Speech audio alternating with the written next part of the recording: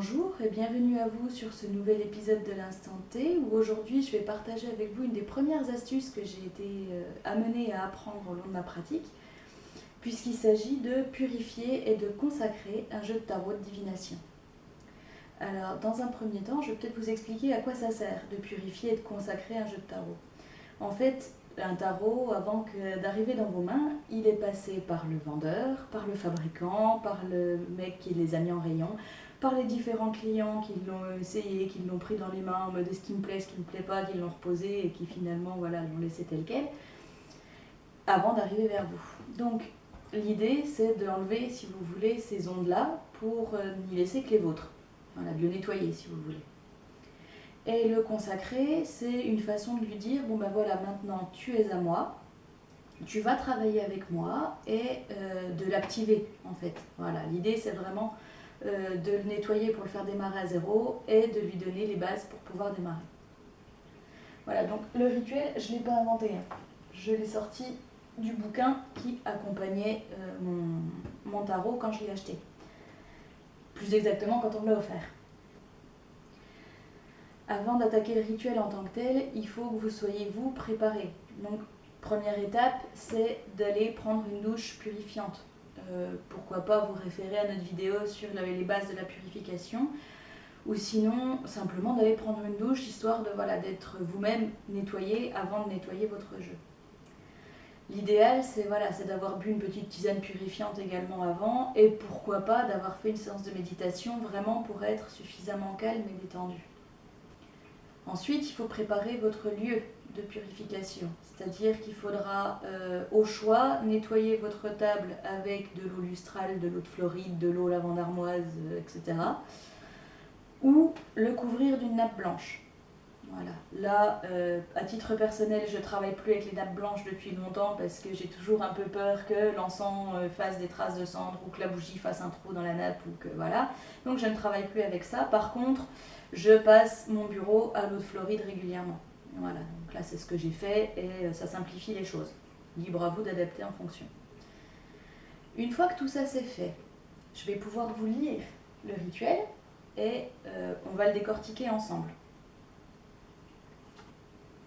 Il convient de consacrer le jeu alors que la lune croît ou lorsqu'elle est pleine, si possible entre les mois de mai et de juin ou un lundi soir.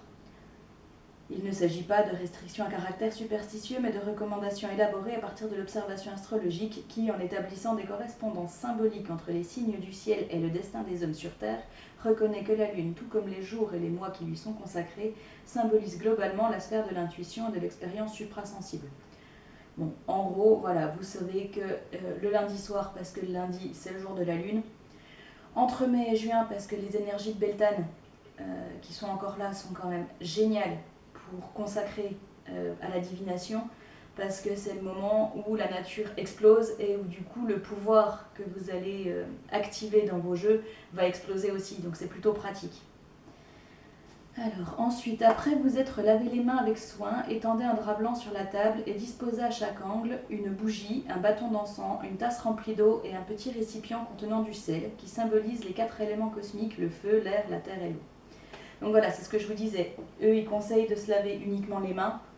À titre perso, je conseille quand même la douche purifiante, c'est quand même plus simple. Et je conseille également, je ne sais pas s'ils le disent un peu plus loin, mais il me semble que si, de mettre soit du blanc, soit du violet. Moi, j'ai opté pour le violet parce que ça reste la couleur de la magie. Après, vous pouvez opter pour une tenue blanche qui permettrait de purifier, le blanc étant la couleur de la pureté. Donc, pour les 4 éléments, nous y voilà. Nous avons ici la coupe de sel que je place au nord, voilà, parce que ça symbolise la terre.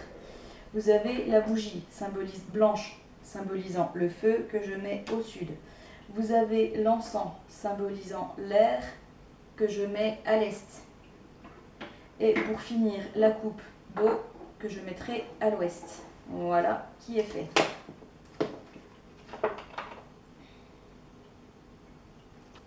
Je vais prendre aujourd'hui mon tarot de Marseille pour se prêter au jeu. C'est le premier que j'ai eu et il est assez bonne patte là-dessus. Il voudra bien se servir de cobaye. Alors, donc, procédez en soufflant sur chacune des 78 lames recto et verso. Voilà, donc une lame, c'est une carte. Hein. Vous l'avez là, donc voilà. Et l'idée, donc, c'est de souffler sur le recto et le verso pour chacune des cartes.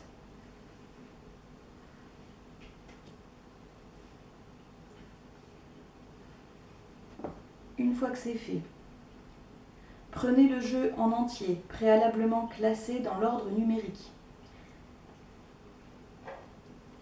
Ok. Donc avant ça, on va quand même allumer cette fois-ci l'encens et la bougie. Parce que au-delà d'avoir consacré à vos propres énergies en soufflant dessus, c'est à ça que ça sert. Hein. L'idée, c'est vraiment d'insuffler vos énergies dans votre jeu. Voilà. Donc maintenant, on va faire appel donc, aux 4 éléments. Donc, en les installant, voilà, vous avez bien pensé que c'était les quatre éléments, pardon. Vous avez bien pensé que les 4 éléments étaient présents et vous les avez en gros invités à venir vous rejoindre pour le rituel. Donc une fois que ça c'est fait, je disais donc, il faut commencer par les bougies. Donc la bougie, l'eau, le sel et l'encens pour finir. Et là, je vais vous donner la formule qu'ils utilisent parce que c'est vrai que c'est pas la mienne. Je vous expliquerai pourquoi après. Moi, Adélaïna, consacre et confie ces cartes au feu, à l'air, à l'eau et à la terre parce qu'ils représentent l'univers et figurent uniquement la vérité absolue. Donc voilà, donc vraiment c'est ce que je vous disais. Vous commencez par la bougie. Hop, vous les passez au-dessus des 4.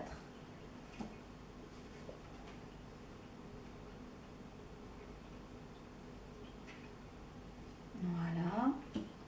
Donc une fois que cette formule est prononcée, que vous avez passé vos cartes au-dessus des 4 éléments, j'en veux pour ceux et ceux 4 qui n'existent pas. Donc au-dessus des 4 éléments recto-verso, vous allez recomposer le jeu donc dans l'ordre chronologique comme il était et le laisser à la clarté lunaire durant 7 nuits consécutives parce que le 7 est le nombre de la lune. Voilà, donc moi je le laisse à titre perso se consumer tranquillement l'encens, la bougie avec le jeu au centre de façon à ce que les énergies se concentrent dans le jeu. Et effectivement, je le laisse donc pendant cette nuit à la clarté lunaire. À l'époque, quand j'avais consacré celui-là, je m'étais permise de le faire en lune croissante de façon à ce que le 7e jour en fait corresponde au jour de la pleine lune. Comme ça s'est vraiment chargé et ça s'est terminé à l'apogée de l'énergie lunaire. Alors je continue. Terminé en le glissant dans un sachet de toile blanche avec un fragment de matière végétale ou animale, toujours symboliquement lié au satellite lacté maître de la voyance, coquilles, camphre, feuilles de mauve ou de lunaire, objets en argent, perles. Alors, à l'époque, moi j'avais choisi une chaîne en argent qu'on m'avait offert et du romarin, parce que le romarin c'est une plante que j'aime beaucoup, c'est la plante du souvenir. Donc c'était l'occasion d'imprégner en fait vraiment le jeu en lui disant même si cette fois je t'ai plus dans la main, tu pourras te souvenir de moi. Voilà, et donc je termine. Il est également conseillé de joindre une photo avec vos noms, prénoms et date de naissance. Je sais que ça c'est quelque chose que Lysandre fait, moi je ne l'ai pas fait pour tous, je vous expliquerai un peu plus loin. Enveloppez enfin le jeu dans un nouveau morceau de tissu, toujours blanc ou éventuellement violet, et conservez-le dans une poche durant la journée et sous votre oreiller la nuit pendant 7 autres jours. Donc évidemment pour un jeu de cette taille-là, c'est pas évident. C'est pas évident de le laisser dans une poche, mais bon, dans un sac de cours, à l'époque ça marchait très bien, dans un sac à main ça marche très bien, bon, dans une poche si vous le pouvez, et sinon effectivement sous l'oreiller la nuit, bon ça c'est un peu plus pratique effectivement. C'est moins, on ne le sent pas étonnamment. Même un jeu de cette taille-là, on ne le sent pas sous l'oreiller. Les cartes doivent ainsi être conservées enveloppées dans un petit coffre en bois ou en carton, à éviter formellement le plastique et le métal, exception faite bien sûr de l'argent. Voilà, donc ça c'est le rituel tel qu'il a été écrit dans le jeu qui accompagnait le tarot de Marseille. Il faut savoir que je n'ai pas appliqué ce rituel-là pour tous mes jeux. Déjà j'en ai 4, 5, 6, 7. Voilà, 7. Et ils ont tous un caractère différent. Donc le tarot de Marseille, effectivement, je l'ai laissé tel quel est. La seule liberté que j'avais prise, c'est de mettre un peu de musique. Voilà, j'avais mis du trio, parce que c'était ce que j'écoutais à l'époque. Ça marche plutôt bien, ce qui fait que du coup maintenant, quand je veux le sentir un peu plus à l'aise, ou quand je veux vraiment le mettre dans son élément, quand je suis pas chez moi par exemple, quand je veux faire un tirage ailleurs que chez moi, j'aime bien lui remettre de la musique que j'ai utilisée pour le purifier, de façon à lui rappeler la maison, si vous voulez. Voilà.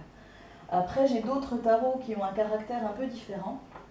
Alors, par exemple, celui-ci, voilà, qui s'appelle le tarot Favol, avec des dessins de Victoria Frances qui sont absolument magnifiques.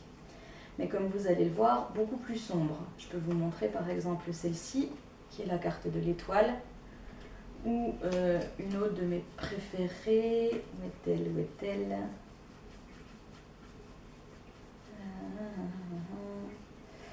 Voilà, le valet de croix par exemple, que j'adore. La papesse également. Enfin, vous voyez, il a un caractère beaucoup plus sombre. Donc, en l'occurrence, la bougie blanche, je la sentais moyen. Et trio, évidemment, je le sentais moyen aussi. Donc, à ce moment-là, j'ai préféré mettre une sélection un peu plus rock. J'avais opté pour du Rammstein, Hetz, Evanescence, Nightwish, enfin voilà, des musiques un peu plus rock. Et une bougie noire. Et une bougie noire pour rester dans le tempérament du tarot. Pareil pour celui-ci. Alors celui-ci, c'est le tarot Wicca. Celui-ci, du coup, beaucoup plus serein, beaucoup plus léger. Hein. Bien que assez tendancieux. Je me permets de montrer celle-ci qui est assez révélatrice. Pour celui-ci, j'avais opté pour une musique plus neutre, puisque j'avais pris du Louise Attaque. Et j'avais opté pour une bougie violette pour rester dans le tempérament Wicca. Voilà. Donc voilà, vous pouvez adapter, vous pouvez également changer l'encens, hein, il est simplement là pour représenter l'élément air. Donc vous pouvez prendre celui que vous voulez, là c'est du Nag Champa.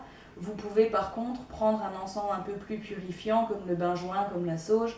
Ça c'est à vous de voir. L'idée c'est vraiment voilà, de représenter l'élément air, puis que ce soit une odeur qui vous plaise, parce que vous allez la prendre dans les narines pendant un bon quart d'heure, une demi-heure.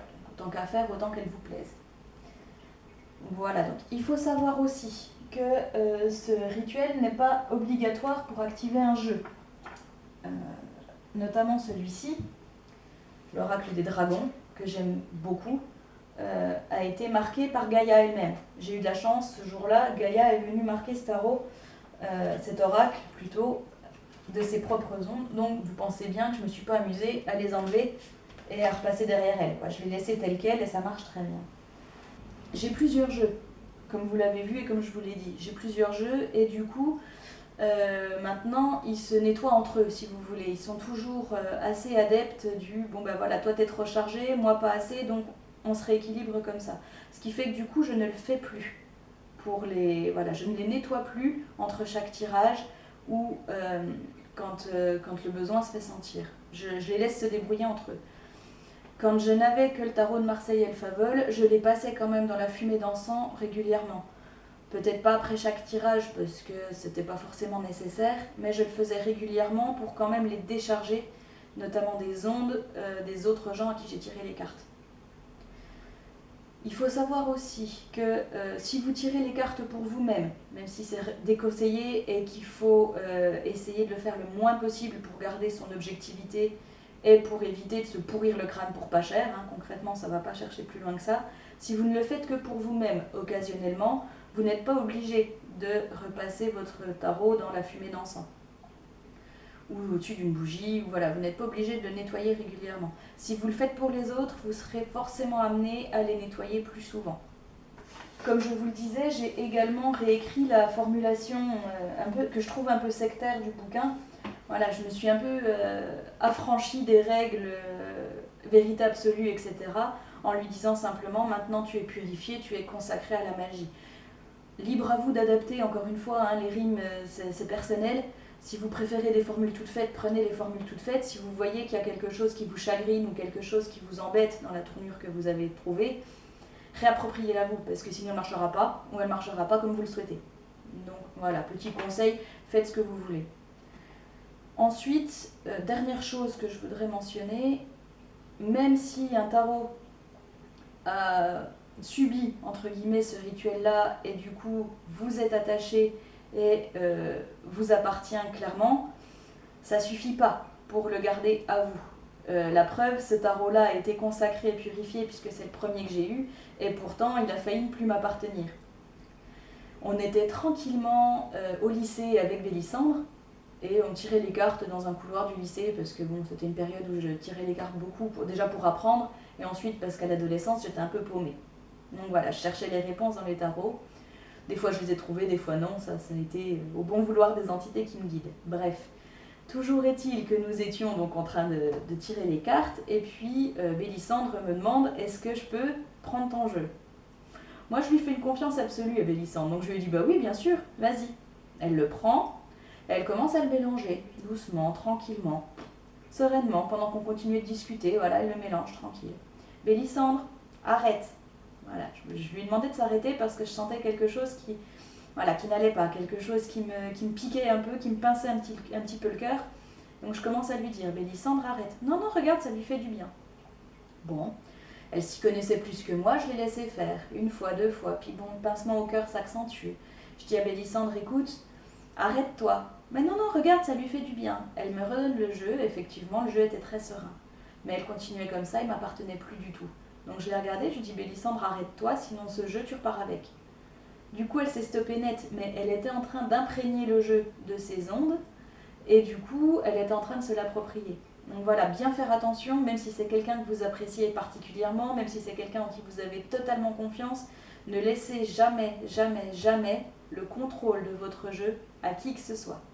C'est votre jeu, c'est uniquement à vous de l'utiliser. Voilà. Alors, bien évidemment, j'ai refait des tirages avec Bélissandre à mes côtés, il n'y a pas de souci. Mais c'est moi qui le manipule. C'est pas elle. Voilà. Comme c'est jeu à elle, c'est elle qui les manipule et pas moi. Eh ben écoutez, sur cette anecdote de lycée, je pense que j'ai terminé sur les infos que je pouvais vous donner. Donc j'espère que ça vous aura plu, que ça vous aura donné des idées pour purifier vos jeux, pour vous réapproprier la façon de faire et pourquoi pas nous donner des idées à nous. Hein. N'hésitez pas à commenter sur le sujet, à liker, à partager parce que ça fait toujours plaisir. Et je vous dis à bientôt pour une nouvelle astuce.